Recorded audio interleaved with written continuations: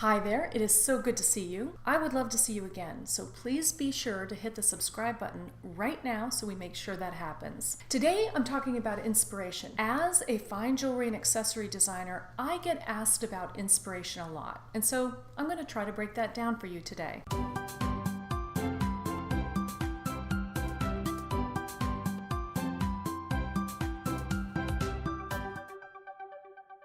This video is inspired by Beth Djalali, and Beth is a friend of mine. I have followed her for a long time. She has got a blog called Style at a Certain Age. She also has a YouTube channel. I will link both of those below. Beth recently interviewed me for her blog Style at a Certain Age, and she asked a lot of questions about inspiration. And it is a question that I get because each of my pieces has an inspiration and a story behind it, and people love to hear the story and the inspiration and ask me questions about it. So today I'm going to share my inspiration process with you. My process starts with looking around me, looking at things that I find to be beautiful, find to be intriguing, or I just feel a connection with them. And some of the things that I feel a connection with and create beauty from are things that other people might not necessarily see beauty in. Some things they do and some things they don't. But I look around me and just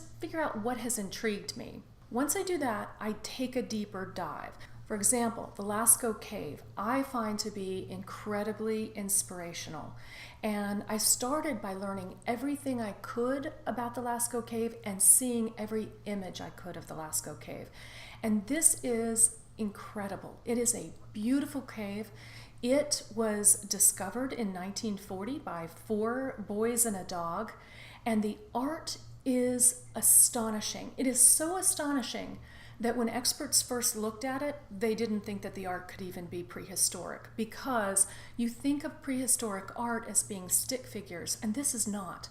This art is robust. It has perspective in it that previously we thought wasn't invented until way later. We were creating art that was sophisticated, even to today's eye. The art is big in scale, it is robust and round, and some is even from the imagination. Some of the animals existed and some did not. We do not think that these were hunting images. People weren't literally painting what they saw. They were painting inspiration. They were painting dreams. The art is beyond incredible. And what I really take from seeing this art is how long we have been creative people, how long we have been inspired by our own imagination and the world around us. And also, when anybody on the planet looks at this cave, anybody, because it was done 17,000 years ago, every single person on this planet can look at that cave and say, those are my ancestors.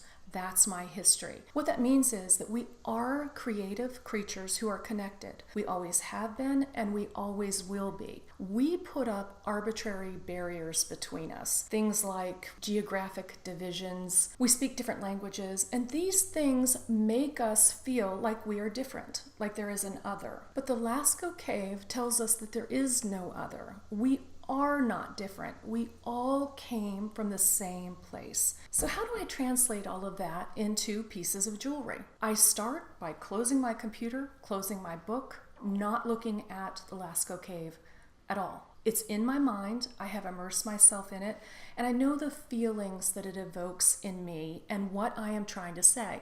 And a lot of it is connection. And so then I just sit still. And some people may call it meditating. I sit still and I think about the cave and what it evokes in me and what images from the cave and pieces of the art that I want to convey. This isn't a literal process. I'm not trying to literally depict the cave. I want to take elements of it and just create the feeling of the cave.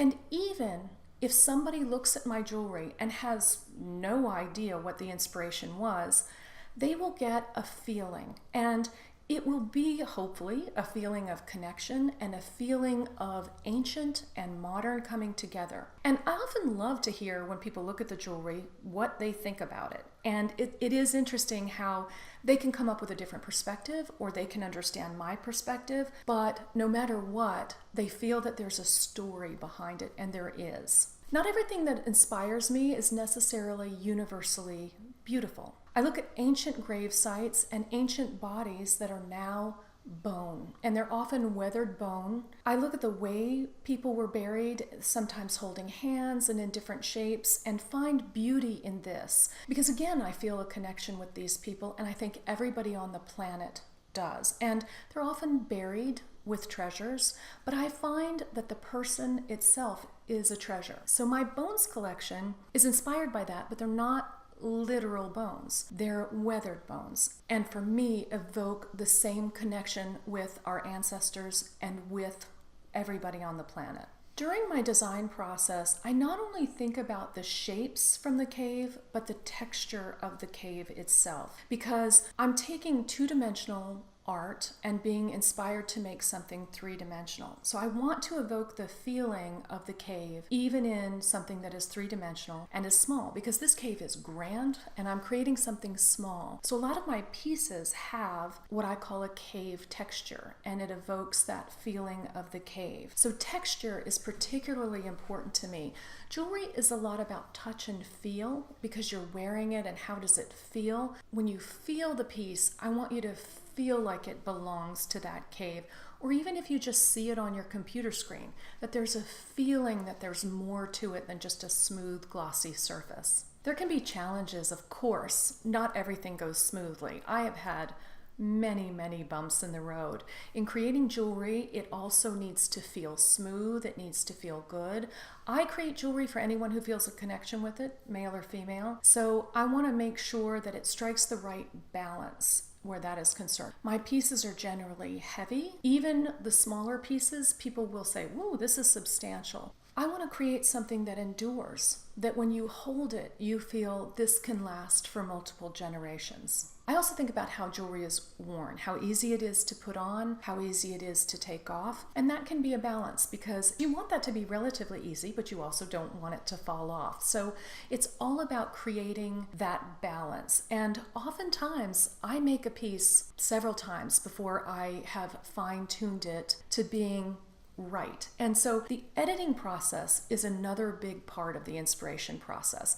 I have done these deep dives and explored things that didn't end up becoming jewelry just because something didn't work out. It either didn't feel like me, or there was just something about it that didn't click. And part of having a beautiful, well-curated line, and a line where you look at it and go, yep, that's a piece of Jill Maurer jewelry, is editing. This is the part that a lot of people can find to be very painful, because I have edited out a lot of pieces that are beautiful. They were gorgeous. They just didn't fit what I was trying to say. So that's my inspiration process. I'd love to hear about your inspiration process. What inspires you, and what do you create, and how do you go about creating it? Because as human beings, we are creatures. We are creators. That's what we do. I would love to hear from you in the comments below. And thanks again to Beth Djalali for inspiring me to do this video on inspiration. Don't forget to subscribe.